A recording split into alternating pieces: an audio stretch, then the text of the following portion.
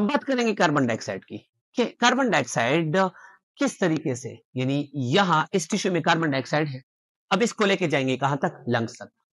अच्छा, एक्टिविटीज हुई है टिश्यू के अंदर, कार्बन डाइऑक्साइड की कंसंट्रेशन रिस्पायरेशन के थ्रू ज्यादा हुआ है, और कार्बन डाइऑक्साइड की कंसंट्रेशन जब ज्यादा हो जाते हैं तो जाहिरी सूरत में partial pressure of carbon dioxide भी ज्यादा हो जाएगा। अब टिश्यू के अंदर जो कार्बन डाइऑक्साइड की कंसंट्रेशन है वो 46 मिलीमीटर मर्करी है। अब यहाँ पे कार्बन डाइऑक्साइड की कंसंट्रेशन भी ज्यादा हुआ है, ये आपको नजर भी आ रहा है, ये ब्लड वेजल है। तो यहाँ ब्लड वेजल में कार्बन डाइऑक्साइड की जो पार्शियल प्रेशर है वो यहाँ इस टिश्यू से कम है, तो क्या हो जाएगा, यहां से कार्बन डाइऑक्साइड ब्लड वेजल में आ जाएगा, ब्लड वेजल के प्लाज्मा में आ जाएगा। पार्शियल प्रेशर कितना है, 40 मिलीमीटर मर्करी। तो यहाँ पे कार्बन डाइऑक्साइड आके यहाँ पे तमाम जगह पे अपना प्रेशर ज्यादा कर लेगा, क्योंकि आप जानते भी है कि हायर कंसंट्रेशन से लोअर कंसंट्रेशन, यानी यहाँ पे partial pressure of carbon dioxide 46 है, यहाँ पे 40 है, तो यहाँ 46 से 40 की तरफ जाएगा। यहाँ पे हाई कंसंट्रेशन है कार्बन डाइऑक्साइड का पार्शियल प्रेशर, और यहाँ पे 40 है, तो यहाँ से होता हुआ इधर जाएगा। क्लियर? अब ये यहाँ पे बहुत ज्यादा कार्बन डाइऑक्साइड है, कार्बन डाइऑक्साइड यहाँ प्लाज्मा से होता हुआ चला जाएगा आगे, कहां पर, अल्वेओलाई में, यानी एज प्लाज्मा के अंदर डिसॉल्व होके चला जाएगा आगे। यहाँ पे हमारे पास रेड ब्लड सेल के मॉलिक्यूल भी है। तो अब रेड ब्लड सेल्स ये आपको नजर आ रहे हैं, ये रेड ब्लड सेल ज्यादा है, मैंने एक बनाया ताकि आपको समझ आ जाए, ठीक है। यहाँ से होता हुआ कहाँ पे आएगा, यहाँ पे आ जाएगा, क्योंकि यहाँ से 46 था, तो 46 से होता हुआ यहाँ पे 40 से 46 बना था, अब यहाँ 46 से होता हुआ यहाँ पे 40 बने। अब यहाँ पर जब 46 मिलीमीटर मरकरी का कार्बन डाइऑक्साइड का प्रेशर हो गया है, तो आगे यहाँ पे आपको ये भी बताया कि हीमोग्लोबिन की प्रोटीन है, तो एज आ हेमोग्लोबिन प्रोटीन में हेमोग्लोबिन प्रोटीन के साथ अटैच हो जाएगा, यानी ये कह सकते हैं कि कार्बन डाइऑक्साइड की कंसंट्रेशन जब यहाँ रेड ब्लड सेल में आ जाती है, तो यहाँ पे जो रेड ब्लड सेल के अंदर हेमोग्लोबिन है उसके साथ अटैच हो जाएगा, ठीक है। तो दूसरा फॉर्म ये हुआ कि कार्बन डाइऑक्साइड हमारे पास जाता है आगे हेमोग्लोबिन प्रोटीन के साथ अटैच होके।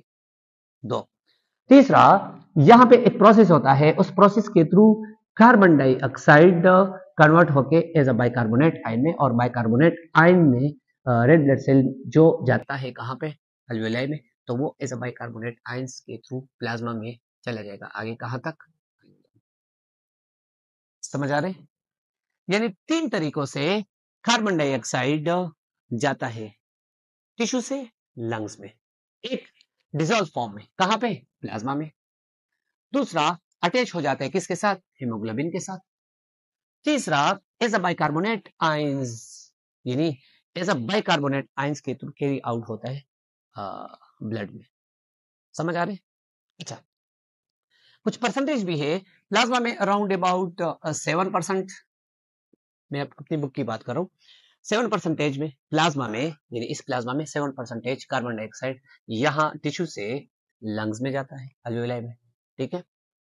हेमोग्लोबिन के साथ जो अटैचमेंट है वो अराउंड अबाउट 23% है, यानी 30% हेमोग्लोबिन के साथ अटैच हो जाता है, और एज अ बाइकार्बोनेट आयन वो 70% उसके साथ। अच्छा, ये प्लाज्मा वाला के साथ तो आसान है, हेमोग्लोबिन की थोड़ी सी वजाहत करते हैं, हेमोग्लोबिन के साथ कौन सी जगह पे अटैच हो जाते हैं। अच्छा, ये हेमोग्लोबिन का स्ट्रक्चर ये है, इधर आ जाए, ये स्ट्रक्चर है, ये हीम स्ट्रक्चर है, इसका ग्लोबिन स्ट्रक्चर है। तो कार्बन डाइऑक्साइड की कंसंट्रेशन यहाँ ज्यादा हुआ है, और इस रेड ब्लड सेल में हीमोग्लोबिन है, तो हीमोग्लोबिन को मैंने यहाँ पे ड्रा किया। हेमोग्लोबिन के जो अमाइनो ग्रुप का पार्ट है, इस अमाइनो ग्रुप के पार्ट के साथ मैं कार्बन डाइऑक्साइड को ऐड करता हूँ, तो मैंने कार्बन डाइऑक्साइड इस H को मैं आगे लेके जाता हूँ इधर, और इधर मैं डबल कार्बन और 2 ऑक्सीजन को लिखता हूँ, जिसको हम कार्बन डाइऑक्साइड कहते हैं। अब ये जो स्ट्रक्चर है, ये हमारे पास कार्बोक्सिलिक ग्रुप फॉर्म में हुआ, यानी हीमोग्लोबिन में जो कार्बन डाइऑक्साइड है वो अमाइनो ग्रुप के साथ होके अटैच होके कार्बोक्सिलिक ग्रुप के हीमोग्लोबिन प्रोटीन के अंदर ये भी खुसूसियत पाई जाती है कि ये कार्बन डाइऑक्साइड को भी अपने साथ लेके जा रहे हैं, और कितना परसेंट, 23%। अब इस हीमोग्लोबिन को हम क्या नाम देंगे इसको? हम देंगे कार्बो अमीनो हीमोग्लोबिन। क्या नाम देंगे? कार्बो यानी कार्बन डाइऑक्साइड इसके साथ अटैच हुआ है। कहां पर? अमाइनो ग्रुप में। किसके साथ? हीमोग्लोबिन के साथ। देखिए ये हमारे पास हीमोग्लोबिन स्ट्रक्चर था, ठीक है। इसके साथ कार्बन डाइऑक्साइड को हमने ऐड कर दिया। कहां पर? हीमोग्लोबिन के अमाइनो ग्रुप के साथ। कार्बन कार्बोक्सिलिक ग्रुप की फॉर्म में कहां पे चला जाता है? हीमोग्लोबिन के साथ अटैच होके यहाँ इस रेड ब्लड सेल में चला जाएगा। कहां पर? अल्वेलाई तक। अब बारी आ गई है बाइकार्बोनेट आयंस की। तो बाइकार्बोनेट आयंस की थोड़ी सी वजाहत करते हैं कि बाइकार्बोनेट आयंस बनता कैसा।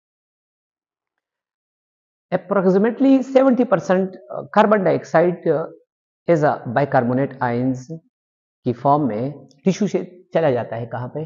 अल्वेओलाई में, ठीक है। अब हमने कार्बन डाइऑक्साइड को रेड ब्लड सेल के अंदर लेके आया है और रेड ब्लड सेल में आप जानते भी कार्बन डाइऑक्साइड मौजूद है। इसके साथ कार्बन डाइऑक्साइड वाटर के साथ मिलके, ये देखें इस रिएक्शन को थोड़ा देखें, इस रिएक्शन को देखें। कार्बन डाइऑक्साइड यहाँ पे रिएक्शन हो रहा है, कार्बन डाइऑक्साइड वाटर के साथ मिलके कन्वर्ट हो जाएगा किसमें? कार्बनिक एसिड में। यहाँ पे एक एंजाइम भी होता है जिसको कार्बनिक इनहाइड्रेट कहते हैं, यानी कार्बनिक इनहाइड्रेट्स एंजाइम के थ्रू क्या बनाएगा? कार्बन डाइऑक्साइड और वाटर मिलके बन जाएगा हमारे पास कार्बनिक एसिड, ठीक है। ये रिएक्शन यहाँ पे हो रहा है, यानी रेड ब्लड सेल के अंदर हो रहा है, ठीक है। अब कार्बनिक एसिड अनस्टेबल मॉलिक्यूल है, ये जो हमारे पास HCO3 बना है, ये दर हकीकत बाइकार्बोनेट आयन है। तो यहाँ पे बाइकार्बोनेट आयन बन जाएगा और H के मॉलिक्यूल भी यहाँ पे बनेंगे। H के मॉलिक्यूल ज्यादा हो जाएंगे तो H के मॉलिक्यूल कहाँ पे जाएंगे? H मॉलिक्यूल यहाँ पे जो हीमोग्लोबिन के प्रोटीन है, यानी हीमोग्लोबिन के पास ये जो आपको नजर आ रहे हैं हुक्स, इस हुक के थ्रू यहाँ पे इसके साथ अटैच हो जाएंगे ताकि यहाँ पे एसिडिटी ज्यादा ना हो, ठीक है। अच्छा, बाइकार्बोनेट आयंस अब यहाँ इस आरबीसी में बने हैं, तो बाइकार्बोनेट आयंस को हम बाहर निकालेंगे, ठीक है।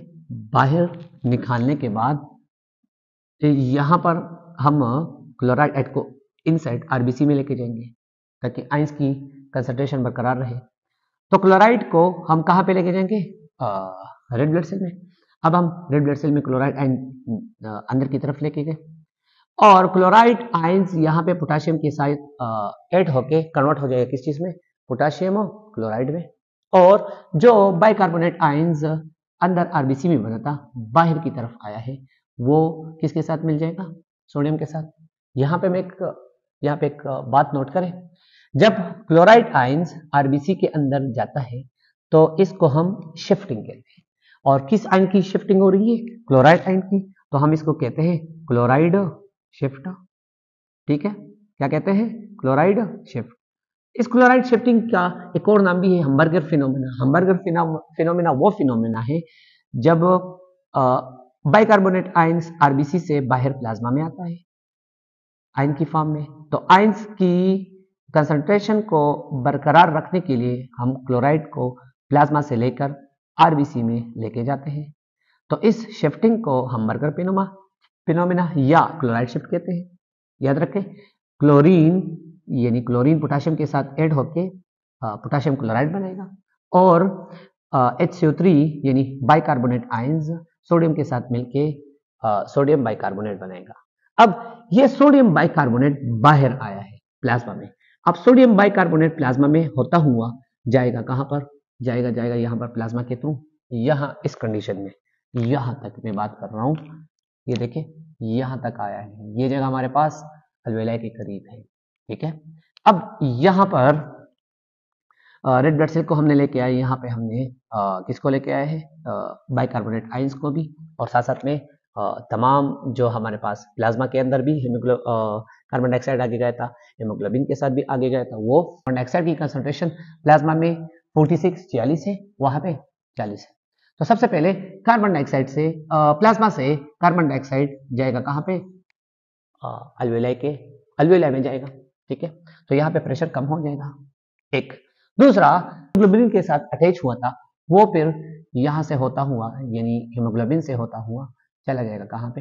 इधर, क्योंकि यहाँ पे 46 mmHg कम होके 40 हुआ था, तो फिर यहाँ पे प्लाज्मा को भर देगा, फिर प्लाज्मा से यहाँ से होता हुआ अल्वेलाई में जाएगा। अब बात आ गई आखिर में बाइकार्बोनेट आयन। बाइकार्बोनेट आयन यहाँ पे बहुत ज्यादा बने हैं। याद रखें बाइकार्बोनेट आयन डायरेक्टली प्लाज्मा के थ्रू नहीं जाता। ये इस रिएक्शन को हम रिवर्स करेंगे, यानी बाइकार्बोनेट आयंस को वापस कन्वर्ट करेंगे कार्बन डाइऑक्साइड और वाटर में। ये जो रिएक्शन अभी हुआ है इसको देखें, ये हमारे पास बाइकार्बोनेट आयन है। वो हेमोग्लोबिन के पास जो H के मॉलिक्यूल यहाँ पे अटैच हुए थे हुक के साथ, तो वो अटैच होके वापस कार्बनिक इनहाइड्रेट एंजाइम के थ्रू कार्बनिक एसिड बनेगा। कार्बनिक एसिड रिवर्स होके वाटर और कार्बन डाइऑक्साइड बनेगा। बाइकार्बोनेट आयंस इधर है। बाइकार्बोनेट आयंस को यहाँ से यानी HCO3 को जो सोडियम बाइकार्बोनेट में कन्वर्ट हुआ था, वो यहाँ से शिफ्ट होके कहाँ पे हेमोग्लोबिन के पास चले जाएगा। और यहाँ पर जो क्लोराइड पोटाशियम के साथ अटैच हुआ था वो रिवर्स हो रहा है ना तमाम रिएक्शन, तो वो वापस प्लाज्मा में आ जाएगा और बाइकार्बोनेट आयंस यहाँ पे चला जाएगा। यहाँ पे बाइकार्बोनेट आयंस H के साथ मिलके रिएक्शन को उल्टा लिख रहे हैं, रिएक्शन को उल्टा कर रहे हैं, इस वजह से इसको कन्वर्ट करते हैं। इसके साथ H कहाँ पे था, हेमोग्लोबिन प्रोटीन के साथ। हेमोग्लोबिन प्रोटीन के साथ यहाँ पे अटैच हुआ था, याद रखिए मैंने आपको बताया इससे पहले थोड़ी देर पहले। तो ये H के मॉलिक्यूल इसके साथ अटैच होके कार्बनिक एसिड में कन्वर्ट हो जाएगा। कार्बनिक एसिड पानी, वाटर और कार्बन डाइऑक्साइड में कन्वर्ट। अब कार्बन डाइऑक्साइड में कन्वर्ट हो गया, यहाँ पे कार्बन डाइऑक्साइड कंसंट्रेशन फिर से ज्यादा होगी, तो फिर हेमोग्लोबिन से होता हुआ प्लाज्मा में, और प्लाज्मा में कहाँ पर अल्वेलाई में चला जाएगा। तो कार्बन डाइऑक्साइड हमने 3 तरीके से टिश्यू से होता हुआ अल्वेलाई तक लेके गए। एक तरीका था प्लाज्मा में 70% इसको उठा के लेके गए, फिर इस प्लाज्मा से होता हुआ हेमोग्लोबिन के साथ हमने अटैच कर दिया 2, और तीसरा हमने इसको कन्वर्ट कर दिया किस फॉर्म में, बाइकार्बोनेट फॉर्म में। और तमाम जितने भी बात हो रही वो तमाम पार्शियल प्रेशर की बात हो रही, यानी partial pressure of carbon dioxide जिस जगह पे ज्यादा है तो वहां से होता हुआ जिस जगह पे partial pressure of carbon dioxide कम है वहां पे जाएगा। ठीक है, इसको रिवाइज करें। चले, आज के लिए इतना काफी है।